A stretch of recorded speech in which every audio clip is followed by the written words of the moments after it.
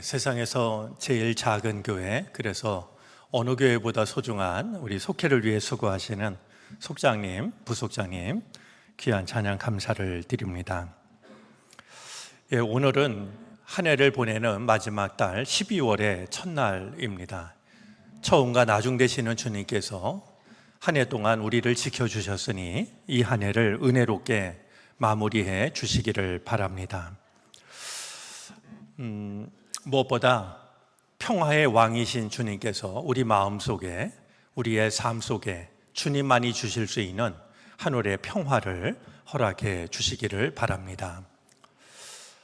인디언 중에 체로키족이 있는데요, 이 체로키족은 12월 달을 두고서 다른 세상의 달이라고 말했습니다. 저는 굉장히 의미 있는 이해라고 여겨집니다. 12월은 특별히 신앙생활을 하는 우리들에게 다른 세상의 달이라고 하는 의미를 갖습니다. 어제도 말씀을 드리면서 이야기했습니다만, 우리의 달력으로 보면 한 해를 마감하는 한 달이 12월 아니겠습니까? 그런데 교회력으로 보면 대림절이 시작이 되어서 우리는 새로운 한 해를 맞이했습니다. 그런 점에서 이 12월이라고 하는 이 한 달은 다른 세상의 달이라고 불러도 참 잘 어울린다 생각이 듭니다. 세상에서는 이 한 해를 마감하는 달이요, 신앙으로는 새로운 한 해를 맞이하는 달이니까 말이죠. 우리가 그런 마음을 가지고서 12월을 정말 특별한 의미가 있는 그런 시간으로 받아들일 수 있었으면 참 좋겠습니다. 어제 오후에 저는 능곡 장로교회의 신앙 강좌 그 이름이 이제 부흥회였는데요, 계절별로 이렇게 이제 부흥회를 주제를 가지고 하는 그런 시간이었습니다. 그냥 한 가지 좀 나누고 싶은 게 있었습니다. 그 교회가 132년이 됐으니까 우리 교회보다 거의 이제 배가 된 거 아니겠습니까? 이제 교회를 갔더니 담임 목사님, 또 부목사님, 또 장로님들이 이렇게 기다리고 계셔서 잠시 이야기하는 시간을 가졌습니다.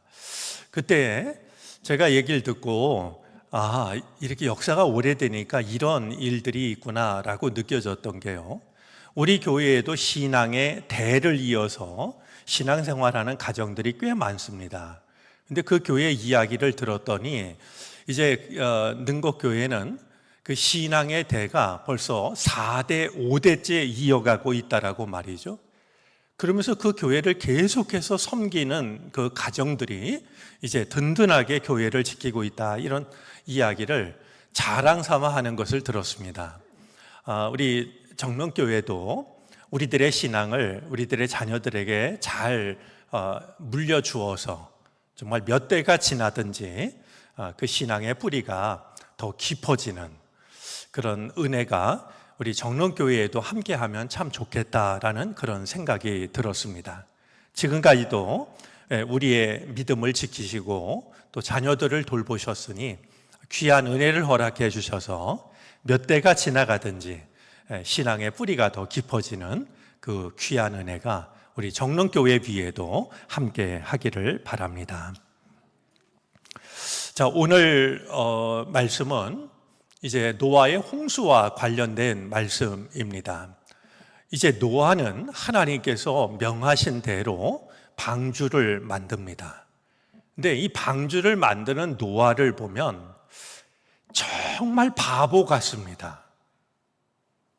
아시시의 프란체스코가 이런 말을 한 적이 있습니다. 하나님은 내게 전에 없던 바보가 되기를 원하셨다.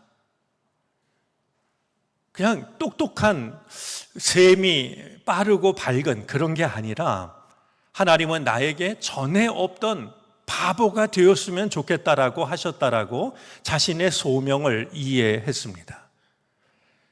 노아가 방주를 만든 시간을 우리 성경에 딱 몇 년이라고 기록되어 있지 않지만 말씀을 이모저모로 살펴보면 노아가 방주를 만든 그 횟수는요, 무려 100년에서 120년으로 보게 됩니다.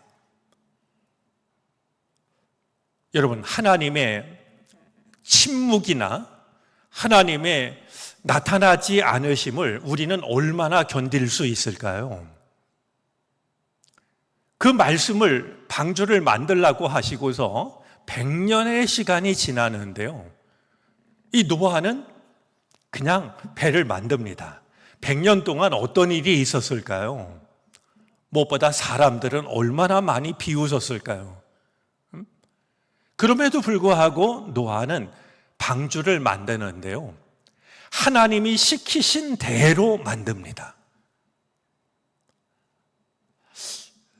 배 위에 창을 내라고 하는데, 아니 홍수를 대비해서 배를 만드는데 창을 내면 그리로 물이 들어오면 어떡하지? 이건 빼야 되겠다.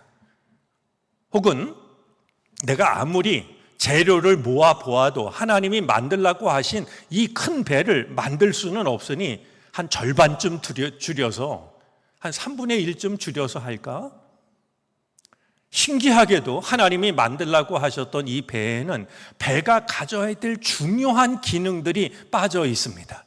방향을 정하는 돛도 없고요, 멈춰서는 닷도 없고요, 속도를 정하는 노도 없습니다. 이 배라고 하기가 어려운 말이죠. 그러니 이게 하나님이 이건 빠뜨리신 거 아닐까? 얼마든지 만들 수 있었을 거라고 여겨집니다. 그런데 노아는 그렇게 하지 않고 배를 하나님이 명하신 대로 다 만들어냅니다. 이 배가 마침내 홍수를 만나게 됩니다. 이제 성경에 의하면 이 홍수는 참 무서웠습니다. 40일을 밤낮 비가 내립니다.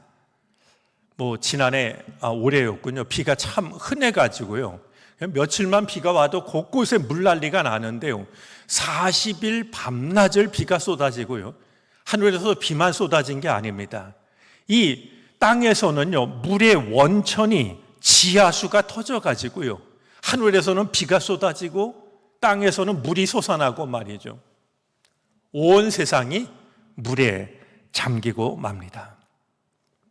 그 위를 이제 노아가 만든 방주가 떠다니기 시작을 하는 겁니다. 우리가 한 가지 기억해야 될 게 있습니다.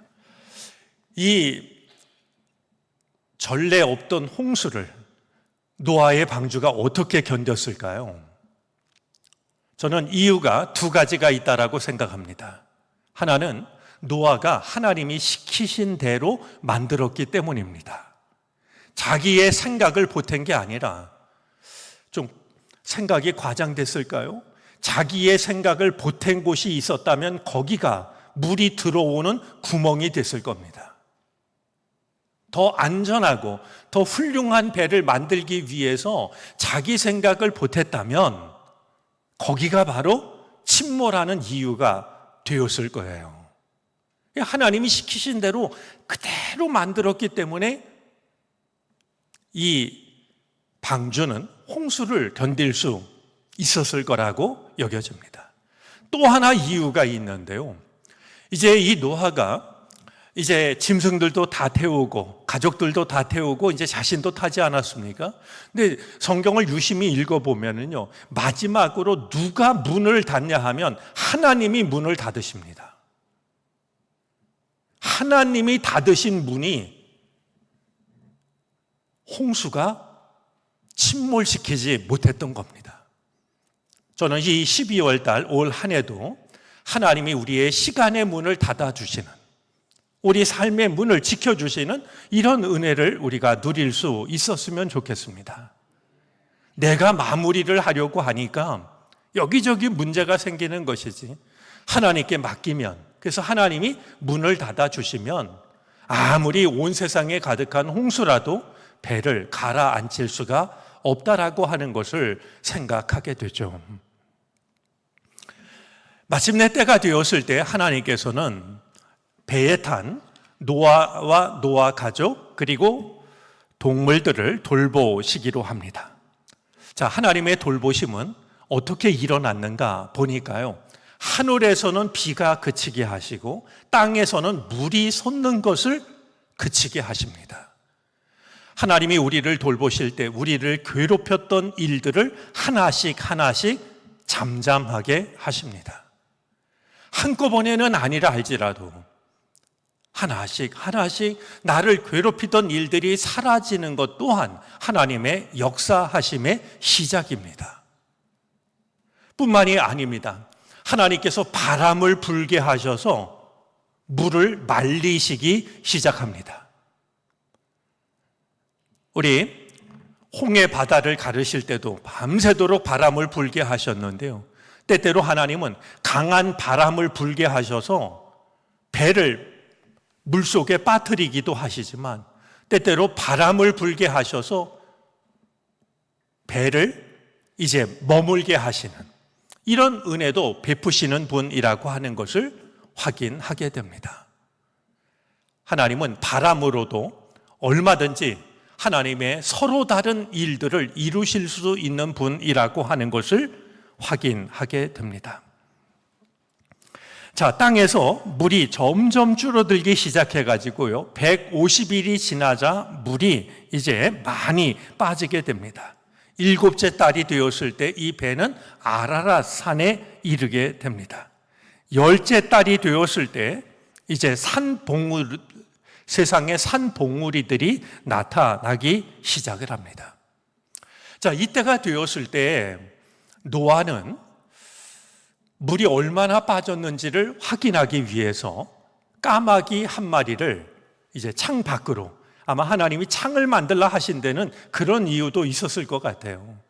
까마귀를 이제 내보내죠. 근데 까마귀는 자기가 앉을 곳을 찾아서 날아다니느라고 돌아오질 않았습니다. 다시 이 노아가 이번에는 비둘기 한 마리를 이제 날려 보냅니다. 이 비둘기가 아무리 날아다녀도 앉을 곳이 보이지 않자 다시 방주로 노아의 품으로 돌아옵니다. 그러다가 다시 일주일 뒤에 이 비둘기를 날렸더니 놀라운 이제 일이 일어납니다. 저녁 때 비둘기가 돌아왔는데요, 보니까 비둘기 부리에 뭔가 하나를 물고 있는 게 아니겠습니까? 막 따낸 올리브 이파리 하나였습니다. 여러분, 나무 이파리 한번 머릿속으로 상상해 보셔도 좋을 것 같습니다. 초록빛으로 윤이 나는 그런 이파리 하나를 물고 이제 비둘기가 돌아왔습니다. 노아는 어떤 생각을 했을까요? 아, 이제 물이 빠져서 나무에서 잎이 나기 시작하는구나. 여느 사람 같았으면 문을 열고 나갈 것 같은데요, 그렇지가 않았습니다. 다시 일주일 뒤에 이제 비둘기를 날렸더니 비둘기가 살 곳이 많았던지 돌아오지를 않습니다. 이제 마침내 이런 모습들을 보고서 노아가 밖을 내다보니까 물이 많이 정말 말라가지고요, 이제 때가 되었다라고 하는 것을 이 노아가 짐작을 합니다. 그런데요, 이 노아가 그런 일들을 통해서 자기가 문을 열고 나온 것이 아니었습니다. 노아는 기다립니다. 하나님께서 나가라고 하실 때를 말이죠.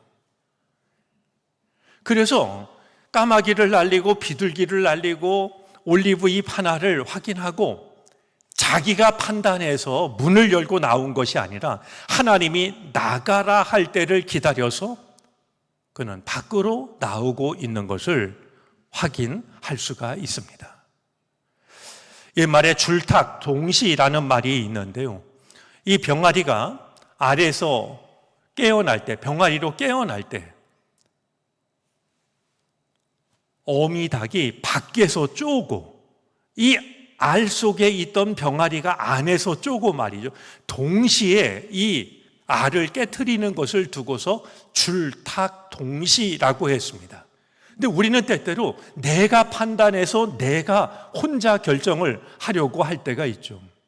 노아를 보면 얼마든지 말이죠, 물이 빠졌다라는 것을 알았기 때문에 문을 열고 나올 수 있었지만 하나님이 나가라고 명하실 때를 기다려서 나오고 있는 것을 확인할 수가 있습니다. 밖으로 나온 이 노아는 이제 정결한 집짐승 새들 가운데서 제물을 골라서 제단 위에 번제로 바칩니다. 여러분, 우리가 아직도 모르는 하나님의 뜻이 얼마나 많을까 생각해 보게 되는 건요, 알고 있듯이 방주에 동물을 태울 때 정결한 동물은 7쌍씩을 태웁니다. 부정한 동물은 2쌍씩을 태웠습니다. 왜 그랬을까요? 바로 이런 곳에 하나님의 뜻이 담겨져 있다는 걸 짐작하게 됩니다. 정결한 짐승을 더 많이 태웠던 것은 정결한 짐승으로 하나님을 제사하기 위해서였을 겁니다. 부정한 것으로는 제물 삼을 수가 없으니. 왜 태울 때 그렇게 태웠지? 우리는 질문할 수 있지만 노아가 방주에서 나오자마자 하나님께 정결한 짐승으로 제물로 바쳤다라고 하는 걸 생각하면 이제 하나님께서 방주에 왜 그렇게 서로 다르게 태우라 하셨는지 이유를 생각하게 되는 거죠. 여러분, 우리 마음속에 정결한 마음을 훨씬 더 많이 가지고 있어야 됩니다. 그래야 우리는 하나님을 위해서 살아갈 수가 있게 되는 겁니다. 자, 오늘 12월 첫날인데요, 생각하고 싶은 것은 금방 따낸 올리브 잎 하나입니다. 여러분, 올리브 이파리 하나는 참 보잘것 없습니다. 사소해 보입니다. 그런데 그것은 이제 홍수가 끝나고 하나님께서 물을 말리시고 나갈 때가 되었다라고 하는 것을 짐작해 하는 하나의 중요한 표지가 됩니다. 올리브 이파리 하나는 참 작고 보잘것없지만 하나님의 뜻을 예감할 수 있는 중요한 상징이 되었던 겁니다. 엘리야를 떠올려 보십시오. 3년 반 동안 가뭄이 이어졌습니다. 이제 그의 사환한테 한번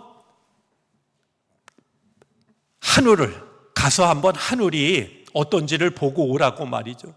이 사환이 가서 하늘을 쳐다보고 오는데 아무런 변화가 없습니다. 마른 하늘이었죠. 6번을 올려보냅니다. 7번째 하늘을 보러 간 사환이 하는 말이 손바닥만한 작은 구름이 일어납니다. 그때 손바닥만한 작은 구름을 보고 엘리야는 큰 비를 예감합니다.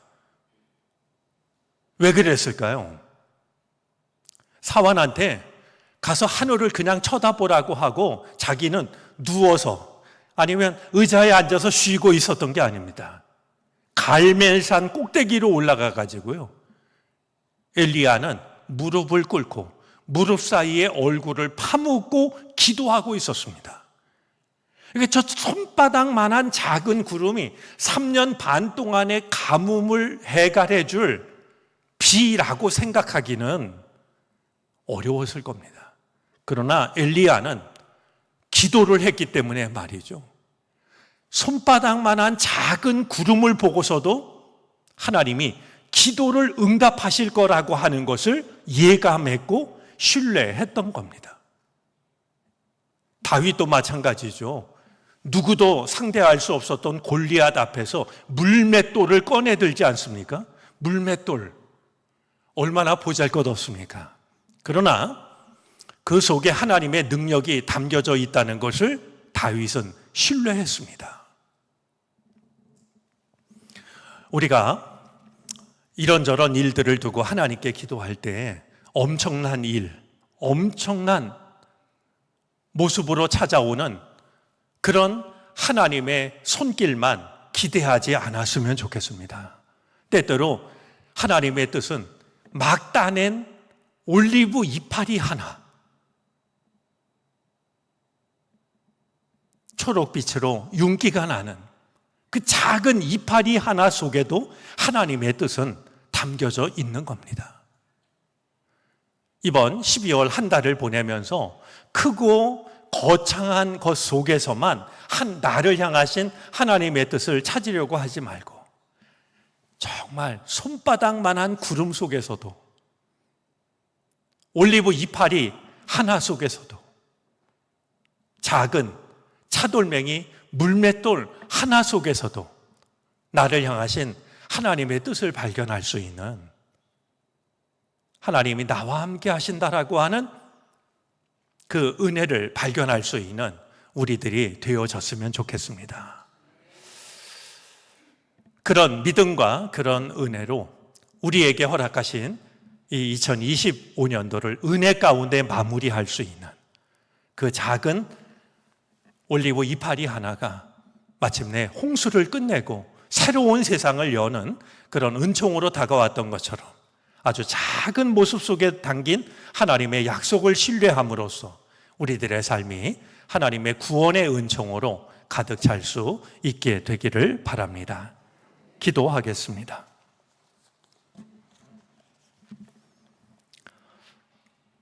세월은 어김없이 흘러 어느새 2025년도를 보내는 마지막 달을 맞이하였습니다. 하지만 우리는 믿음 안에서 새로운 한 해를 맞이하였습니다. 하나님, 한 해를 보내는 마지막 달, 새로운 한 해를 맞이하는 새로운 달, 서로 다른 시간들이 맞물려 있지만 이 시간을 의미 있게 보낼 수 있도록 은혜를 더하여 주옵소서. 금방 따낸 올리브 이파리 하나 속에 담긴 하나님의 뜻을 생각합니다.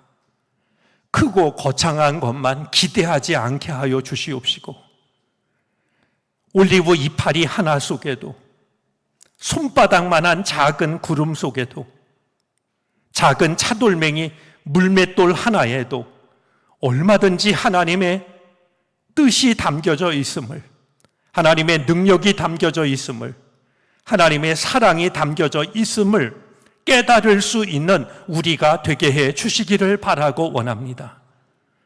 거창한 일 둘러보다 낙심하여 쓰러지지 않게 하여 주시고, 금방 따낸 올리브 잎 하나 속에 담긴 하나님의 뜻을 믿음의 눈으로 바라보고 희망을 가질 수 있는 우리가 되게 해 주시기를 바라고 원합니다. 이 나라와 이 민족을 긍휼히 여겨 주시사 주님이 바라고 원하시는 정의와 공의가 강물처럼 흐르는 나라 되게 하여 주시고, 남북을 이제 가로막고 있는 철조망을 거두게 하여 주시고, 서로를 향해 겨누고 있는 총뿌리를 내려놓을 수 있게 하여 주시옵소서.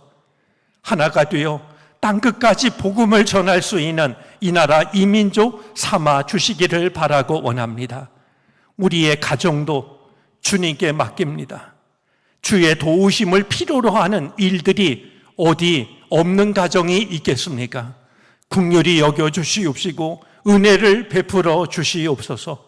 눈물로 감사를 드릴 수 있는 그 시간을 속히 허락하여 주시기를 바라고 원합니다. 주의 도우심을 간구하는 사랑하는 성도들, 기가 막힐 웅덩이와 수렁에서 건져 주시옵소서.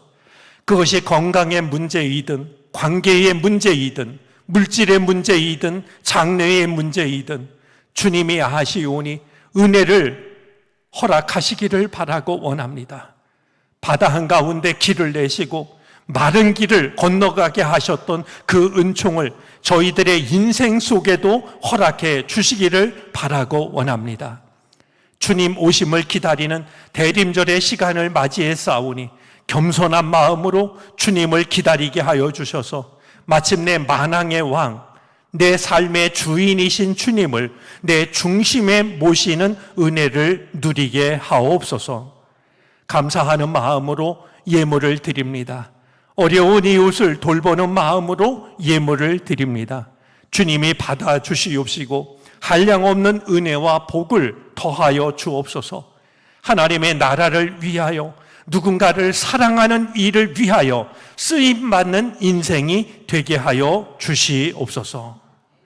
지금은 우리 구주 예수 그리스도의 크신 은혜와 하나님 아버지의 극진하신 사랑하심과 도우시며 이끄시는 성령의 은총이 12월 새로운 한 달을 맞이하며 이제 한 해의 마무리를 우리 주님의 손에 맡기며 금방 딴 올리브 잎 하나에서도 하나님의 뜻을 발견하기를 원하는 사랑하는 모든 주의 백성들 머리 위에 이제로부터 영원토록 함께 계시옵기를 간절히 축원하옵나이다. 아멘.